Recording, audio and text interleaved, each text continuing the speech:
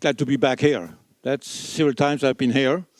And in fact, you will have beer with Jean-Pierre Sauvage. I had a beer at the UCT with Václav Havel. Not so bad, huh? Because you have a beer producing setup there it was in the old building. And it happened I gave a talk there. And they told me, oh, Václav Havel, who was a technician at our university, I understand, is down in the cellar drinking a beer. So let's go down and have a beer. So my lecture today will have an introduction for those who are not so familiar with the field. And I have to sort of hurry up because I have something else to do after that. Mathieu Wilhoff has put up a very, very complicated and long schedule for the day. And so we have to be trying to keep track of that. Although I think that usually people are always late. So maybe up there it will be late too. So I'm going to tell you about some perspectives in chemistry and from what we have been doing to what we are doing now. First of all, of course, chemistry for all of us starts with making molecules. Huh? That's what we have to learn. And I usually cite two milestones. The synthesis of urea by Friedrich Wöhler in 1828, when he made urea from ammonium cyanate. Big step in molecular science. From an inorganic compound, making an organic one, and a biological one, because urea is a biological compound. And then 150 years later, the total synthesis of vitamin B12, much more complicated molecules. We show also how much molecular chemistry has made progress over the years. It's a very small thing, that's a huge thing. And of course, with a lot of stereochemistry to introduce the right atoms in the right place, that is a very long task. Two groups were involved, one directed by Robert Burns Woodward at Harvard, the other one Albert Eschenmoser at the Polytechnical School in Zurich, and working across the Atlantic. 120 men and women years were involved in that, something like that. I worked on that. That's my piece here. That's my piece. Sure. The reason why I show you that is not to show what I did, but to tell you that when you do science, chemistry, whatever science, you bring a stone to knowledge. A small stone, a big stone, but it's important. So I encourage you to be scientists, but you are all scientists already. So you're not the right public. So after that, of course, molecular chemistry continued to develop very much. And of course, nowadays, one has many more reactions, new ways of new materials, new drugs, new biologically active compounds, and a lot of things like that, which have made enormous progress in the last 50 years or so. So that's, of course, a point, molecular chemistry. And it's continuing very well and has still a lot of things to do. And one would not synthesize vitamin B12 now the way one has done it 50 years ago. But then the question is there something else we should look at? And this is a slide I always use because it's just illustrating very well what I mean. These are two killer cells which you have in your body running around. This is a cancer cell, which you may also have. And the killer cells are supposed to find the cancer cell to destroy it. They shouldn't make a mistake. They have to find the right cell to be destroyed. How do the killer cells know that the other one is a cancer cell? Also the HIV virus. When the HIV virus hits a white blood cell, then it knows, so to say, that it can infect. How does the virus know? Incidentally, I want also here to pay homage to Anthony Holley. Holley was the first one with Dereux in Belgium to develop anti-HIV drugs. I knew him very well. He was a fantastic person. From the neighboring place. I understand here we are on common grounds. Huh? Neither UCT nor IOCB. You get together here. That's good. That's good. That's good. That's good. This is Switzerland. All right. Good point. So how do they know, and how something must happen between these cells and these biological bodies? And they're made of molecules, of course, like all biological bodies are made of, and they touch. So something must happen when they touch. And this touching means that by interaction, by touching, they talk to each other, so to say, and the killer cells identify the other one as a cancer cell or a healthy cell. And so one can imagine that beyond the chemistry which is based on molecules, on covalent bonds between atoms, it's like a construction, you make covalent bonds between atoms and you construct your molecule. There must be a chemistry which deals with what happens between molecules, not inside the molecules. And this is supramolecular chemistry. I come back to it, of course, later on. It's a chemistry you may call beyond the molecule, which uses the interactions which are not, for chemists, called covalent. Of course, physicists would tell you that's all the same. It's a Schrödinger equation, if you can solve it, which is not the case. And then you can study all that. But you use interactions which are not of the so-called covalent ones. And then you can study 3 processes which have been studied over the last 50 years. How do molecules recognize each other? Well, like what happens when cells get together and surface to surface interact. Also the way they can react with each other, or they can transport other entities between through a layer or through a barrier like a membrane. And molecular recognition is, of course, the basic feature.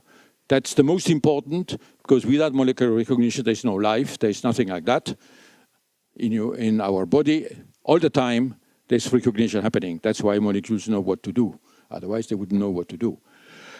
So what is molecular recognition? Again, of course, one can compute, one can do lots of things, but there are very simple ways of just making it making oneself aware of what it can be in simple terms. First of all, you have to have binding, because if there is no binding, they ignore each other. They don't feel each other. So there must be some interaction, some forces, like intermolecular forces. And you had somebody in Prague who did such a lot, Rudolf Saradnik. He is very well known for a book on intermolecular interactions. It's quite an old book, but it is a very important book on intermolecular interactions, which are the basis of supramolecular chemistry. And then, of course, you need information. Without information, you don't have recognition. That's quite obvious. So there's a need for information in these interactions. Now, a simple way of representing that is to say that there's a complementarity in 2 features, the geometry of the object and the way they interact. For instance, plus attracts minus, plus repels plus. This very simple kind of, let's say, electrostatics. But there was already many years ago a very strong image given by a German chemist, Emil Fischer. And Emil Fischer, he published in 1894 a very, very famous paper. He was studying enzymes acting on their substrates, and he said that the enzyme and substrate have to fit together like Schloss and Schlüssel, like a lock and a key. Emil Fischer, we're very proud of that. He got his doctorate in Strasbourg in 1874. At that time, we were part of the empire on the other side of the Rhine. It was the German Empire, but now we're in Europe. I hope all of you are convinced of that. Yeah? Okay. Not all governments, unfortunately, in Europe are convinced of that. We are Europeans. And if we don't stick together, we will disappear. Or we will just be a museum. Prague is a nice city. So if we don't stick together, we'll carry 747 or A380 Airbus, the big Airbus, full of Chinese, Japanese, Indians. And we'll just show the nice buildings. Huh? Is that what you want to do? No. Okay. So let's continue. So chemistry is a science which has to do with normally defined as structure and transformation of matter. How it is built, how you can transform it. In fact, I'm a chemist because of this. Because when I was a teenager, I was making molecules from a book, which sort of book for making, just a practical book. And to see, having the feeling that you make a new compound, that's something quite fantastic. Huh? You make a new compound. Huh? But this is not all. And we now know, because of molecular recognition, that it's also an information science. Chemistry is an information science. Chemistry, all chemical objects bear information, and they use it, they process it through supramolecular interactions. So the storage of information is at a molecular level, and the processing is at a supramolecular level by these interactions. And this then can lead to setting up programmed chemical systems, which we'll see in a moment. So the beginning was, of course, to try to understand and to contribute to how molecular recognition functions. I have no time to go into that. This was 50 years ago. But if you look at Emil Fischer's way, this would be a lock. These are keys, and of course, the red key fits. And so many groups, people around the world, have been looking at how you can design a molecular receptor, an entity which can bind another one selectively, and then understand the interactions you have to use, how you have to shape it, and how you have to handle this question of molecular recognition. But a lot has been done, and we'll see in a moment why it is important also. So let me summarize here how we are. So in 1828, Wöhler synthesized urea. That's just, let's see, you can take that as a starting point of molecular chemistry, although you can define some other things too, but it's a good starting point. It's a synthesis using covalent bonds, making receptors for given substrates, locks for given keys. Now, in 1978, I used the first time this word of supramolecular chemistry, which is now accepted. It took some time to be accepted, but now everybody uses it. And this supramolecular chemistry then deals with what happens after the receptor, when it binds a substrate, and when you use these designed interactions to make supramolecular entities, which then can recognize, transform one another, or transport one another, and lead to functional supramolecular devices. And this area has been very much studied. Mostly recognition has been studied.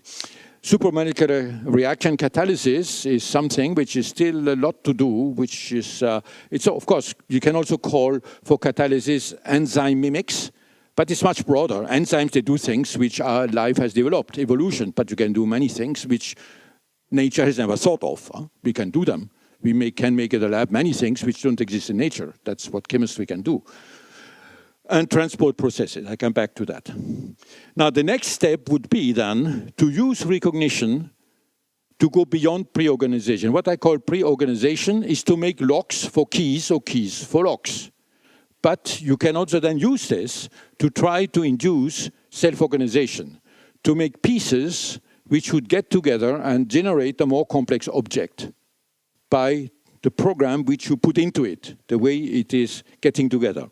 Now, I would right at the beginning mention that, of course, there are two main ways of looking at self-organization, two main domains.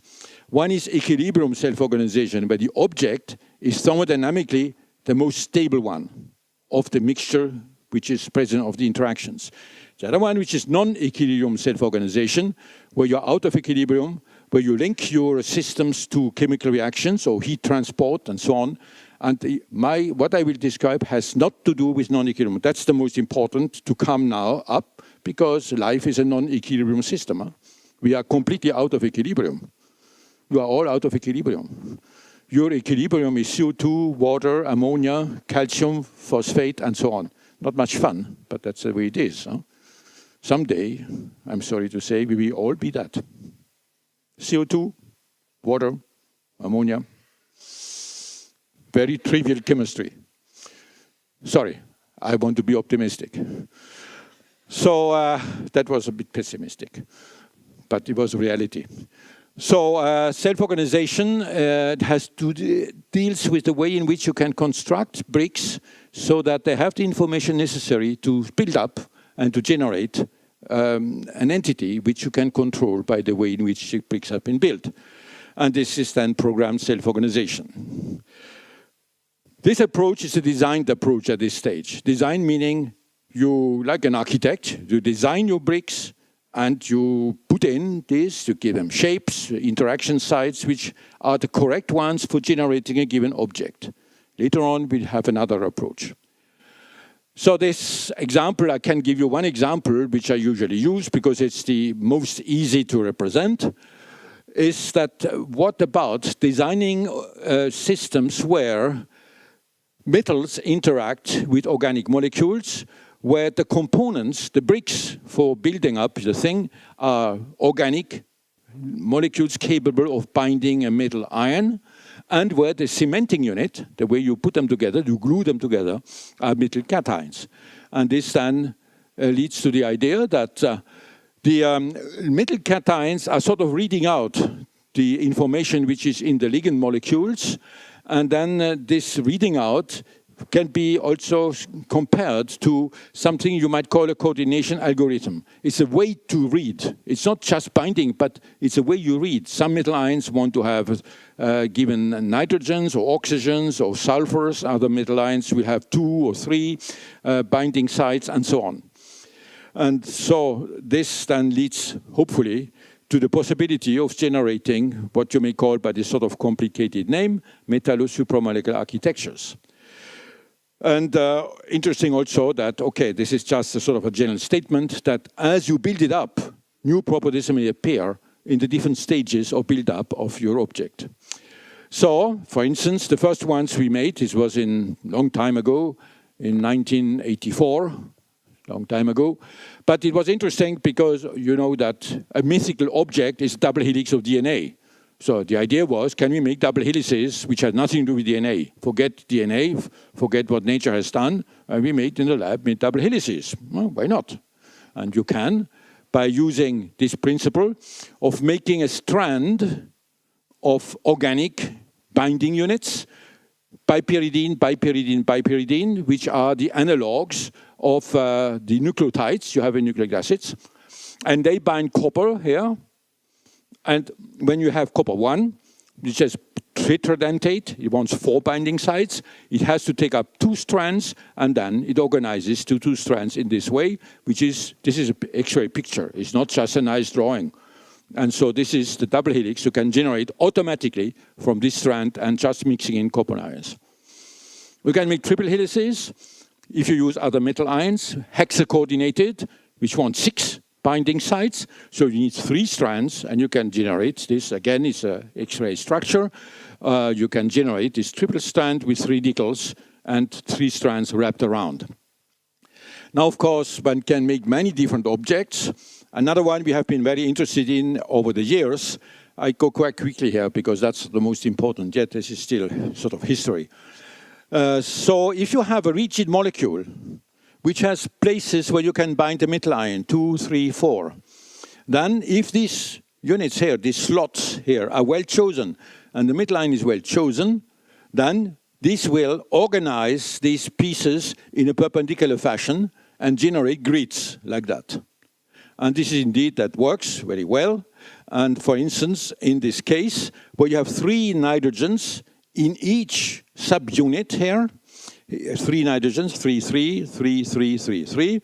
Then if you treat it with a metal ion, which is octahedral coordination, because an octahedron is 2 times 3 points in 2 perpendicular planes, so it has to organize it in perpendicular fashion, and then you get this type of grids. And that's, for instance, one of them, where a grid is formed by binding an octahedrally coordinating metal ion with this unit here. And the 2x2 grids, of course, are the simplest one to make, so this is the most studied, but we made that also, and this also. 16. Now, that's quite an interesting one, because I have 1, 2, 3, 4, 5, 6, 7, 8 ligands, and 16 metal ions. You mix, and you get it. You have a bit, you have to control a little bit, the stoichiometry, but otherwise it works. So you get, therefore, objects which are multi-ligand, multi-nuclear, many metal ions, multi-metallic, sometimes even you can put different metal ions in different positions. And that, of course, then leads to new properties due to this fact that you have not just one metal ion and 1 or 2 ligands, but many more. These are just examples of what can be done, and just a few of them. You have seen the double helices already. That is one grid with 3 times 3. 9 silvers and 6 ligands. This is an interesting one, a cylinder, which has linear molecules and flat ones, and 12 binding sites. Again, here you just mix, and you obtain this nanocylinder. And of course, there are some other nice ones which you can make. These are all crystal structures. Of course, the colors are just colors by the computer. Nowadays, you can make nice colors. It doesn't bring much, but people like nice pictures. Huh? I don't much agree with that, because you don't need all these colors, but it looks nicer. So now let me just say that, of course, a lot of work has been done in this area, and many, even much more complicated than those ones, have been done. Fraser Stoddart has much contributed. Jean-Pierre Sauvage has used it as a basis for making the catenates. And so this is a field which has been very, very much worked on, and is very developing and well, generating very complex architectures in a way which people would say 20 years ago would have said, yo, you're stupid, it's crazy, you will never get it. But it works very well by simply controlling the way you shape the ligand and the midlines you use to bind them together. Pardon. So this can also be of interest for nanoscience and nanotechnology with the sort of general idea, and sort of, I don't want to go into details, but one can imagine that rather than having to fabricate objects, which we now do, all our very, very powerful machinery, like these computers, these things, are made by fabrication.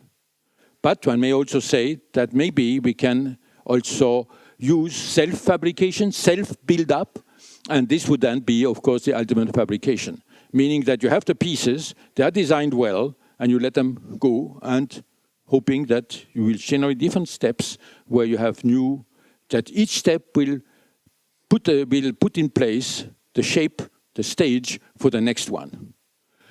So this is briefly, and here I want to change to the next topic. Here you design, and this has been done, as I said, very extensively, and it's been done very extensively. It's been very successful in making very complex objects based on midlines, but also on hydrogen bonding and other types of interactions, donor-acceptor interactions, and so on. But what else can we do in the next step of complexity? It is to try to use selection. In other words, to set up systems where the self-organization results from a process where you select automatically from a diversity of building blocks the ones you need to make the object. For that, you also need dynamics, because if you want to select, then you have to have the possibility, because reactions occur by collisions. If the first collision is very strong, but not the best one thermodynamically, you are stuck. So you want things which are able to get back and forth, and try out this whole space of possibilities of combinations. And this then also allows for adaptation, because you will be able to have then objects will adapt, which will change in response to the medium, and this is adaptive chemistry. So what does this give? We arrived at that by the following way. First of all, when you are a chemist, you want to have pure compounds. But one can say that mixtures are much more interesting than pure compounds. But you have to know what is the mixture. So this, we had made that, which gives the double helix. Then you add to that the one which gives the triple helix. You mix it together, and you ask the question, what is going to happen? Of course, if it is well designed, what happens is this. You get the right double helix and the right triple helix, despite the fact that it's a mixture. And I consider that is much more interesting than to generate a double helix and a triple helix separately. But if you can do it in a mixture, the system does what it's supposed to do, even if it is in a mixture. So that was the first step.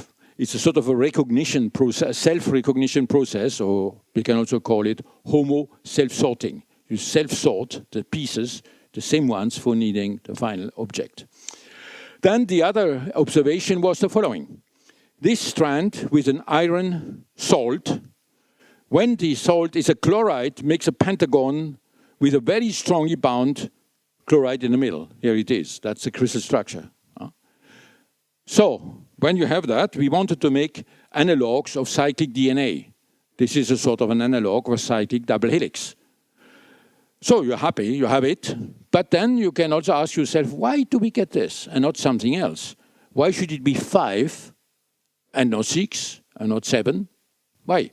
So when you realize that the chloride is very strongly bound, probably the thermodynamics requests from the system to generate a pentagon because the chloride is very strongly bound and then drives the system to make the pentagon. So you replace chloride by something else, and then you get a hexagon if you have sulfate. Now, I haven't put it in here because you don't have a crystal structure, but you get a hexagon. And if you add chloride to that, you go back here. If you remove the chloride, you go back here.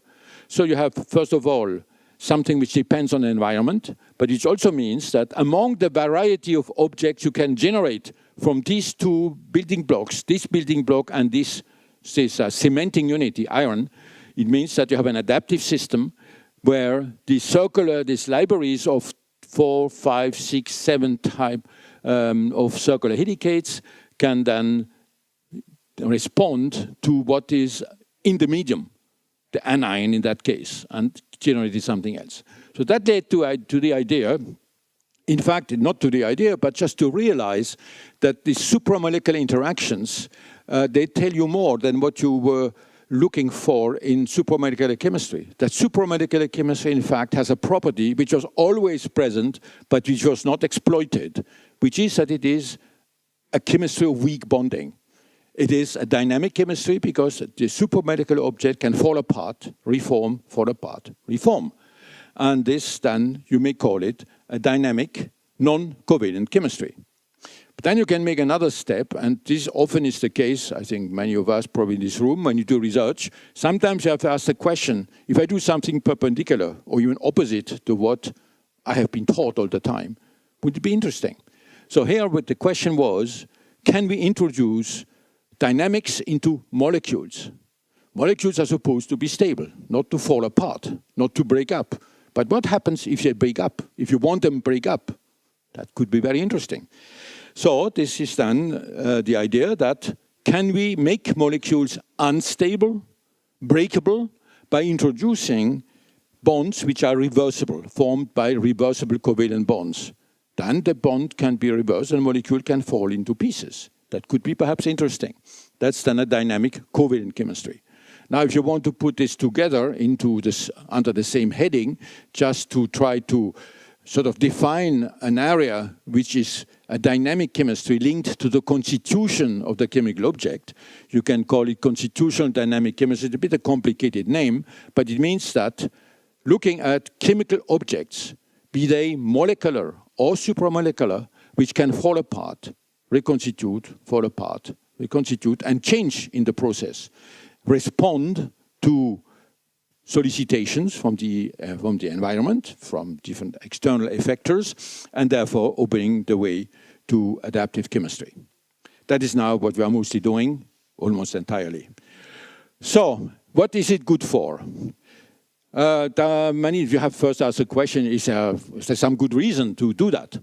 So this constitutional dynamic mixtures, you can call them libraries.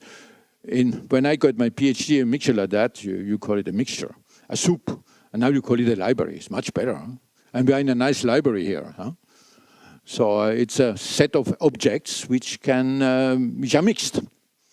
And so you can try to use these properties for generating biologically active substances, for making dynamic nanodevices, and maybe also for new types of materials. So let's have a look. One of the most attractive chemical reactions, covalent reactions, reversible one, are the condensation, very simple, of an amine with a carbonyl.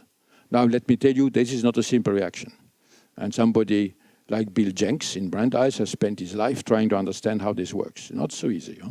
But let's forget about all these complexities and just realize that from amine and carbonyl you make an imine and water, okay? That's a reversible process. You have different types of imines, and we will look at those. You can also make other types like this one, which is a hydrazone and so on, and oximes and so, and hydrozones. Okay. So what can you do with this? What we can do with it is to, first of all, try if we can develop a method for searching for biologically active substances. Going back to Emil Fischer, we can say that this is designed. Chemistry is making the right lock, the right key for the biological lock. This is design. But you may not be able to do it because you have to know the lock.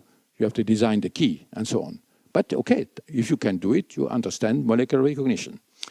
Combinatorial chemistry is what most companies have been doing, saying that this is too long, spend too much time. We take a large mixture, a large set of different molecules, we try them all. We have the technology for that, high throughput screening, fast robotics, and so we can try. If the first 100,000 don't work, we make another 100,000. But that is not very encouraging if you want to understand molecular recognition. So the question is, can you combine these two features, which means merging combinatorics, making many, many, many objects, and informatics, recognition. Recognition is information. So this can be done in the following way. Suppose you have components which have different shapes and different structures, different binding sites. And they have a function here which makes them able to connect reversibly. If you mix those together, these give access to a whole set of constituents. These are components, these are constituents, which interconvert. In other words, by this way, you have access to all possible combinations, even if they are not there, but they are possible. So you have access to the space of all possible combinations. Now you may say, sure, but what do you do with that? You take your telephone and you call Monsieur Le Chatelier. You know Monsieur Le Chatelier? The law of mass action. The law of mass action tells you something which is a very simple thermodynamic law. You add the receptor. What is the receptor doing? It's picking up the best key. The receptor will form these potential combinations, amplify the one which fits best into the active site of this receptor. So the lock assembles its key. And that, of course, is in principle very powerful. We could discuss, of course, limitations, which are, like in all processes, but I haven't time to get into that. It can be interesting for drug discovery. Let me just show you the first example we did, which now many years ago, but it's a good illustration. How you can use this principle to generate an inhibitor for an enzyme. No, that's not what I wanted to do. So, carbonic anhydrase is an interesting enzyme which interconverts CO2, water, and carbonic acid. And it has been studied extensively. Many inhibitors have been made which bind to this active site of the carbonic anhydrase. And through the interaction with the zinc in the active site through sulfonamide, and with a hydrophobic wall in the enzyme active site through a benzyl group. These are linked by an amide, which is of course not dynamic. But you can replace it by an imine here, and you can hope that the major interactions are this one, and that this one is a bit, okay, this is maybe not, of course it's not the same, amide and imines are not the same, but maybe it's a minor perturbation. So then you can set up a system. You take 4 amines, of course you know the answer, so you are sure you make, one of them is benzylamine. You take 3 aldehydes, you also know the answer, you have a sulfonamide here, and if you mix 3 times 4 is 12. In this 12, this one is closest to this very good inhibitor, 1 nanomolar inhibitor. So you generate the 12 just by mixing, and then you study the mixture in absence and in presence of a carbonic anhydrase. In absence of carbonic anhydrase, you have 12 peaks in your chromatograph, liquid chromatograph, and I selected 2 here. The one here, peak, which corresponds to what you would like to see, because that's the one which corresponds best to the best inhibitor, and another one which has the same component here, but a different one here. In absence of carbonic anhydrase, no Ca, this and this are almost the same percentage. Now you add carbonic anhydrase, this one is very strong, and this has now disappeared. Why? Simply because amplification of this, of course, decreases this one, obviously. And so that is indeed a proof of principle that the interaction with the enzyme makes it possible to to express, to amplify the best inhibitor. This is also an adaptation because the system adapts to the addition of the carbonic anhydrase.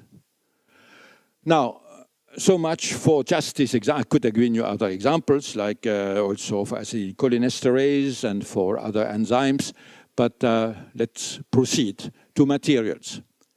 What about dynamic materials? Are they interesting? Is there worth making materials which can split, dissociate, reassociate, and so on? And let's look at polymers. Polymers are especially interesting because, okay, all right, it's a very important class of materials, and maybe they can generate features which don't exist in static polymers if we use dynamic polymers, which we like to call dynamers. There are two types we can consider.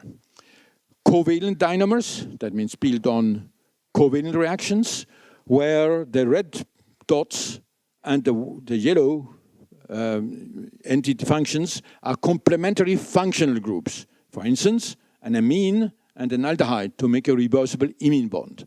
These are then molecular covalent dynamers. On the other hand, you can also have cases where this is a recognition group where this is a complementary recognition group, so that this interaction is now supramolecular, not molecular anymore. On this side, it's a molecular interaction, forming reversible bonds, and here it's a supramolecular one. So this led to the development of a chemistry, which is of a set of compounds which are supramolecular polymers. And these supramolecular polymers were developed over the years, and let me just show you. When this concept was introduced in 1990, I signed this date because you will see why in a moment.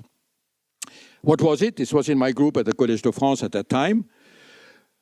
And we made this entity, this monomer, which has here and here two recognition groups, the same on each end of the molecule, which have a donor and acceptor, a donor of hydrogen bonding. Then we make this one, which has an acceptor, donor, acceptor. These are complementary recognition groups, so when you mix them, you expect them to build hydrogen bonds which link the chain together and to generate a main chain supramolecular polymer where the cohesion between the objects is the result of three hydrogen bonds, complementary hydrogen bonds. Now it's interesting already to notice that that's a solid, and this is a liquid crystal. I don't want to get into it, but it's an interesting change in features. So, electron microscopy shows nice fibers, so everything looks good. It's a really nice material. Notice that we have here long chains. This R here is C12H25, one for solubility reasons, but there's something else which is interesting. What does it illustrate? What it illustrates is also that when you do self-organization, you want to have sequential. In other words, you don't want just to stop at the first level, if possible. You want the first level to prepare the stage for the second one and for the third one, and so on and so on and so on. To go from very small to bigger and bigger. And these two components are the starting molecular components. You mix them and you get then a supramolecular polymer chain. That's the first stage of organization. Now, when you study these supramolecular chains, you realize, and this was done with a polymer physics group, that in fact, it is not a single chain. It's a triple strand wrapped around the axis of a cylinder, shown here, where there's just one shown here and three shown there. And the center, the core, is about 15 angstroms in diameter, and from the end of the chains, about 40 angstroms. Now, these things don't stop there, because it's a sort of a hairy cylinder with hair. But this hair can entangle, and there you can then form fibrils by entangling these hairs. And as you can see here, you have these strands getting together and forming fibrils, which means that you go from the nanoscale here to the microscale. These are micrometers long. So you have a way in which these objects then organize. Now, just for illustration of what happens, the supramolecular polymers, this afternoon I'm giving a talk at a polymer meeting here in Prague, but the interesting thing was it took a long time to convince polymer chemists that there's something interesting there, because I was an outsider, you know. I didn't know anything about polymer chemistry. So what is this guy doing coming now into the field of polymer chemistry? So it took some time until real hardcore polymer chemists contributed. Like, for instance, Bert Meyer in Eindhoven did very, very good work in that area. But let me just remind you of something. 1990, we proposed the idea of supramolecular polymers. Then a small company considered that they might be interesting for making biocompatible polymers. And this led then this company, Xeltis, to generate biocompatible polymers for the reconstruction of the heart of children who had a congenital malformation. And here is the first girl, little girl, 4 years old at that time. I got this email on October 23rd, 2013. that this little girl had been reconstructed. They had a problem in the heart by this surgeon in Moscow at the Bakulev Center for Cardiovascular Surgery. And she looks fine. That's 4 months after, and now it's 5 years, and she's fine. And many more children have been treated, and it seems to work very well. The company has gone further to make, I have no shares in the company, so don't worry, I'm not advertising. I have no money in the company. Maybe I should have. And so they now make heart valves, and they have been implanted in Budapest and in Krakow. And this is a bit more complicated because the valve has to move, to go open, close, open, close. So it's a bit more complicated than a non-mover and then an implant, just a reconstruction, which is just a wall, so to say. Okay, now another property of interest is that because these connections are reversible, they may also provide properties which are self-healing. So I haven't time to get into the details, but we have made a film, transparent film, which you see here is very totally transparent. It doesn't, it's just with no optical distortion and so on. You cut it in two, you superimpose the two ends, you press your finger with your finger if you wish for a minute or so, and you can then again stretch. It sticks. So almost as well as the beginning. And I tell you, there's a lot to do in chemistry. This comes from two compounds you find in the Aldrich catalog. You have just to find the right ones. So, okay, there are a lot of things still to do. You know, chemistry offers you many possibilities. Let's forget about that. It's just. So this was supramolecular. What about now dynamic covalent? Here we, for instance, can think of making polyimines by using a dicarbonyl, a diamine, and that gives you polyimine. It's trivial. Organic chemists would say, okay, sure, that's obvious. What do you do with this? Yeah, it's trivial. And it had been done in the 1960s already. I think it was Union Carbide, or Dow Chemicals, I don't remember. They had patents on that. But at that time, people were not interested in dynamics. They said, look, we don't want a polymer which can be reversed. It's no good. But why not? Of course, what we have, that's a polymer. No, this is not a polymer. But this is a polymer. This is cotton, I think. I'm not sure. So polyimines or polyacyl hydrazones. And so what can you do with it? I'm hurrying up a bit because I think Maciuilov is getting uneasy there. No, it's all right, it's all right. You should call them up there, right? But we are a bit late. So, what can you do with this type of polymers? Suppose you make a film from these polymers, but you make it in the following way. You make one film where you have AB, where A is, for instance, dicarbonyl, and B is a diamine, and you make a polyimine film, okay?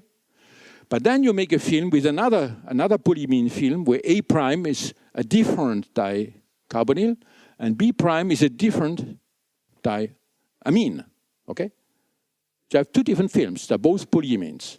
But if you superimpose, obviously, these connections are reversible, so they can break, which means that you can generate connections here which don't exist in the starting film. Here you have A, B connected together, A prime, B prime connected together, and now you have A, B prime, and A prime, B. The two new combinations which did not exist earlier. And this may be interesting. Let's illustrate that first by looking at mechanical properties.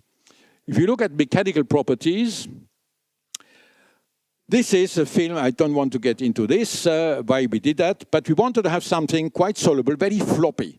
And of course, dimethylsiloxane spacers make your polymer very floppy, uninteresting in terms of mechanical properties, and you see it here. It's terrible looking, just very soft type of film.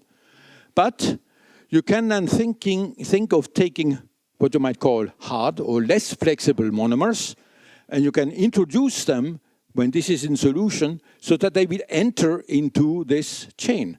Because as the bonds are reversible, these entities can enter into the chain. Since these are more hard, less flexible, you will change the mechanical properties. Here, this is now already better looking, with 25% introduction of this. 50% is now tough enough, it doesn't bend anymore, and 75% is still flexible, but it is tougher. And you can study, of course, the mechanical properties along the way. So you can change the mechanical properties of your object along the way from very soft to much harder. And you can stop where you want. Just demonstrating that indeed you can introduce this just by mixing, you can introduce it into the chain. This type of work I'm going to describe, the next one also, was been done together with Mitsui Chemicals.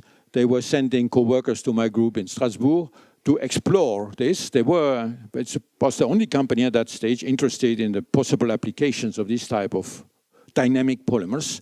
And so the collaborators were from them. We were doing the basic chemistry, and they were trying then to use it for some applications in their research center in Chiba. Now, what about optical changes? Optical changes are attractive because you see them. So, what about? Let's again start with a film AB and the film A prime, B prime. We know that there are two new combinations can appear. Where do you superimpose? If you superimpose the films here, A can connect with B prime and A prime can connect with B. Now, if one of these new combinations has a color like that, or a fluorescence like this, you will see it. Of course, it's nice, it's convincing. And indeed, my Japanese co-workers, they like this kind of pictures. You have a cat, the head and the ear is AB, the mustache, the eyes and the inside of the ears is A prime, B prime, and then you superimpose, you heat, and you get color and fluorescence. Which means that only when it's superimposed, you have these features appearing, because one of those new combinations has color and is fluorescent.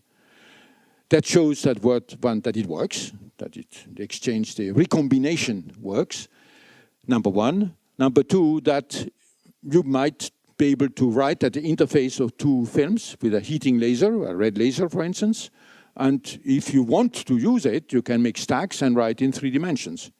This way, but also up and down. So there are a lot of still interesting things to do. We're not working on that anymore, but there are a lot of interesting things, maybe interesting applications also to get out of this. We also made reversible, self-healing films based on a reversible Diels-Alder reaction, a bit exotic one, but between a fulvene and a dicyanoethylene. It is a very nice, totally reversible Diels-Alder reaction. Usually Diels-Alder, you make the compound and you have to heat to get it off. Here it just equilibrates at room temperature, and you can then make a film here. You can cut the film in two, superimpose the two sides, and you can stretch and it sticks again. So this is now self-healing by covalent dynamics. The earlier one was self-healing by non-covalent supramolecular interactions. Okay, in the way of time, I won't insist on that. Let me just say that biological polymers can also be made dynamic. We have made dynamic analogues of nucleic acids, dynamic analogues of peptides, and dynamic analogues of sugars.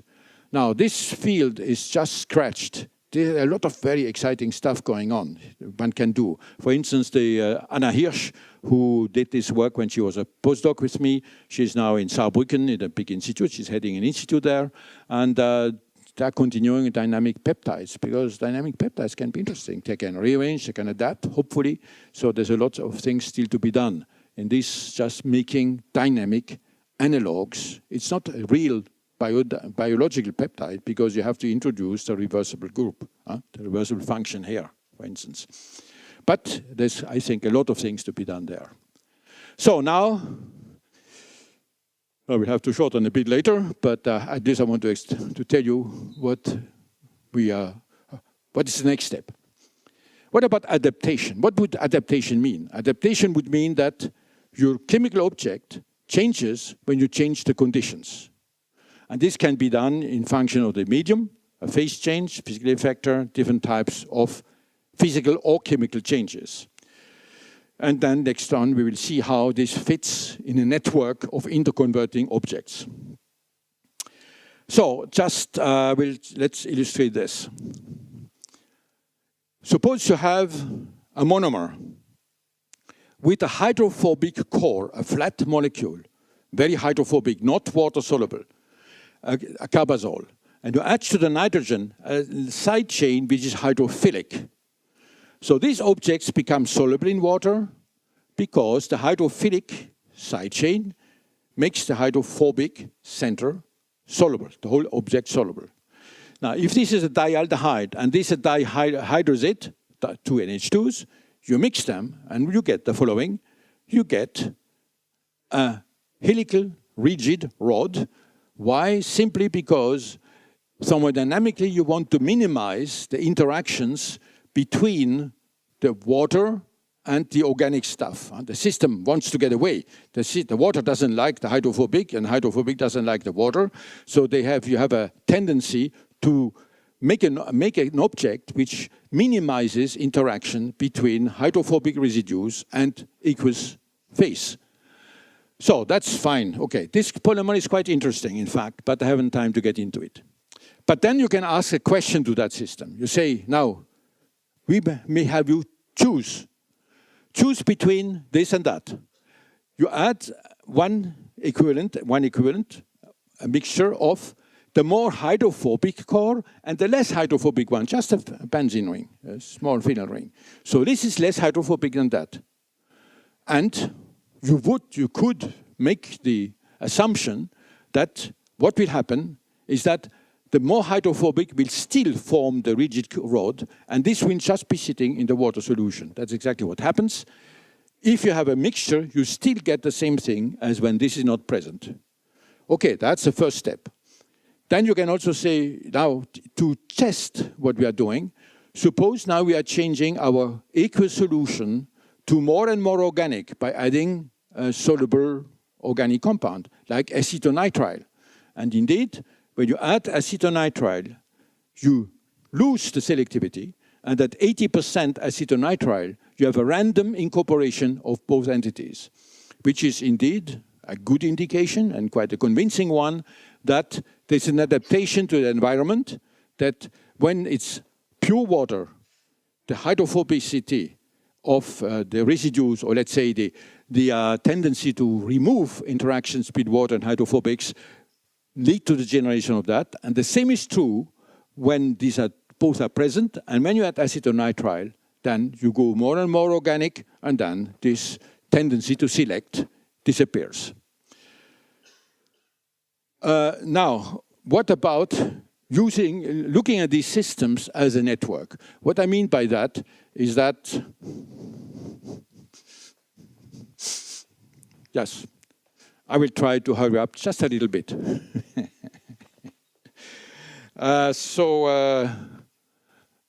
Let me just tell you that I will not give you, for the thanks for having no problem, no heart attack for Matthew Wilhoff. I will sort of shorten a little bit the end. I will come back to give you the next story, maybe next year or the year after. Anyway, so these compounds which can dissociate, reassociate, in fact, they form a network.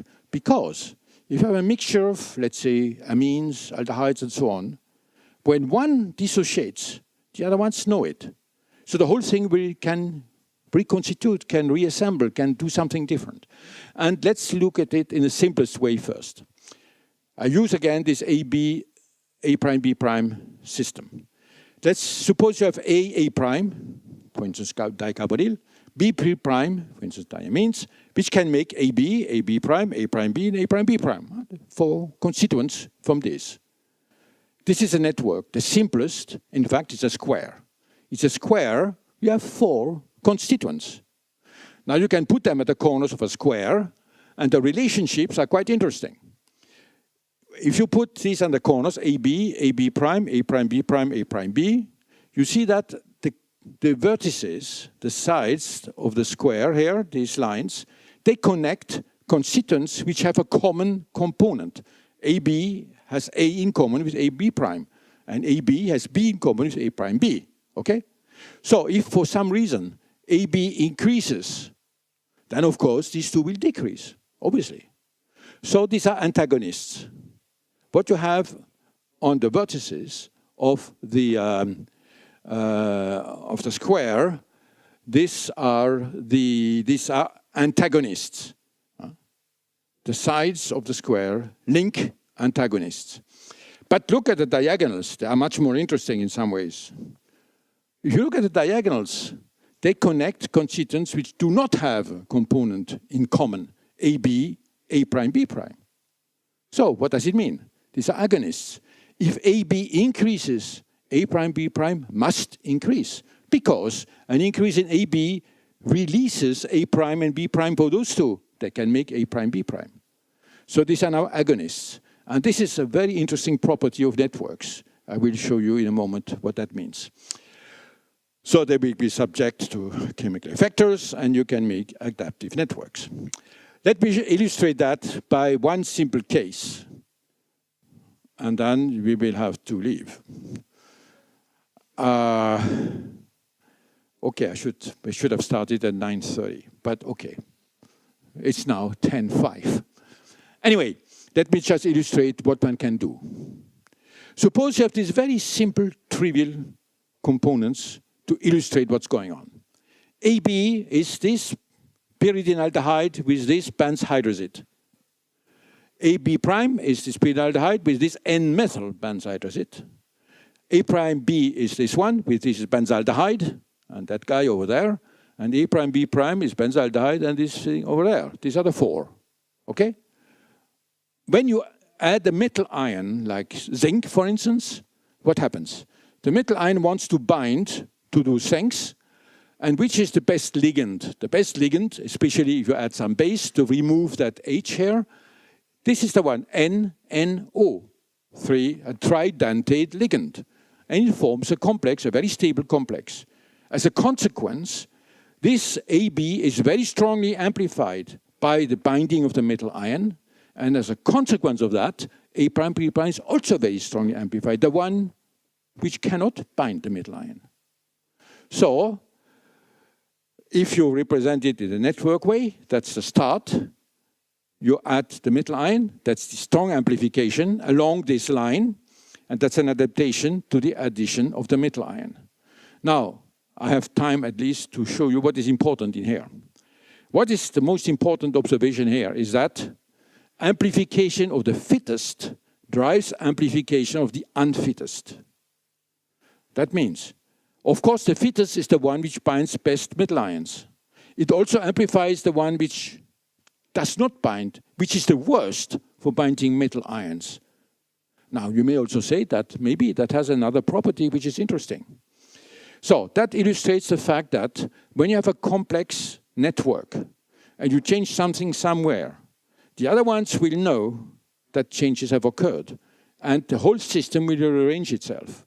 And you will amplify the agonists of what has been touched, what has been modified.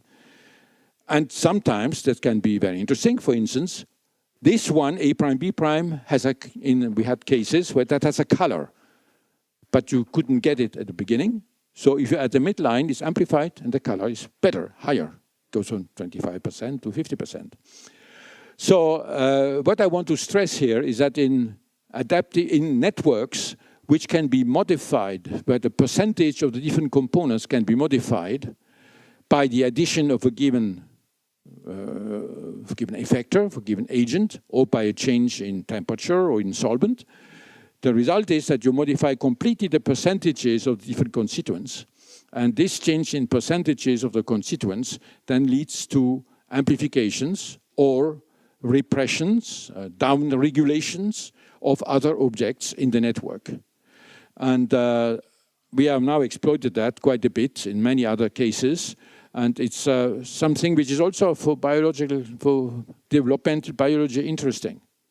If you have organisms which develop, and where some conditions favor one, it will also favor the one which has nothing to do with these conditions, which doesn't bother about, but which just remains, there's no competition anymore. So you can amplify both. So for a given, the factor which is the preferred for a given agent will also amplify the entity which is the least concerned by that agent, but which may be able to do something else. So this, I have no time, so I'm going through very quickly.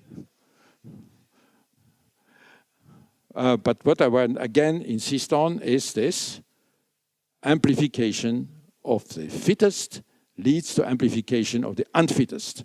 And that is also a sort of an information processing in the network, because the things, they talk to each other.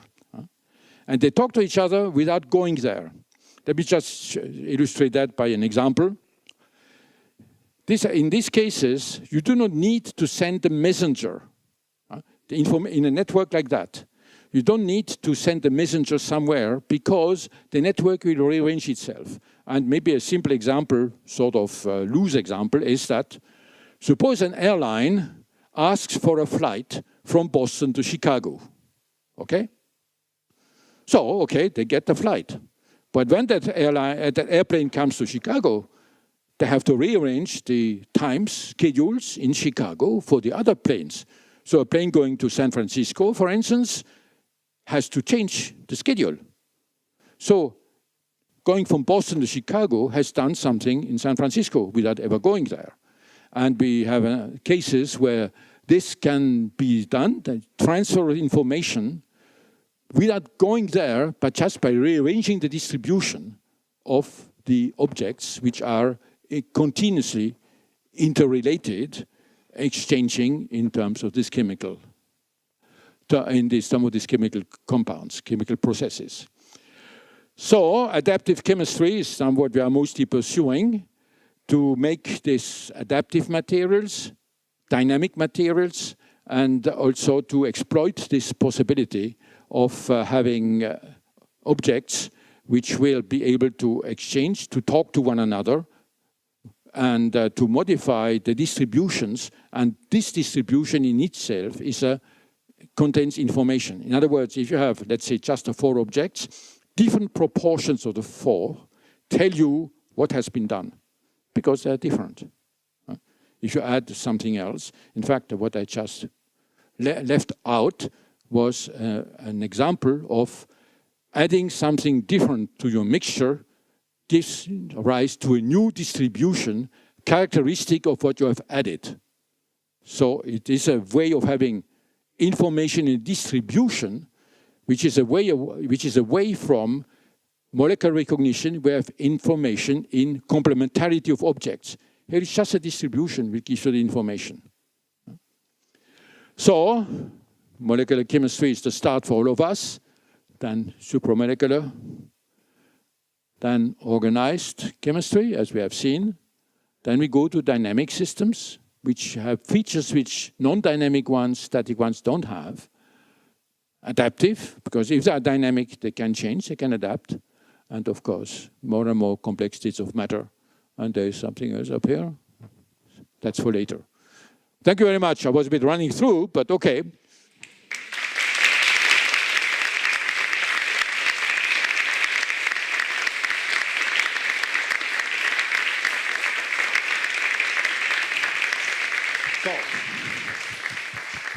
There's still a lot to be done in this field. You know, in that way, chemistry is changing. Chemistry, of course, we have to learn the basis of chemistry, of molecular chemistry, all that, the classical ones.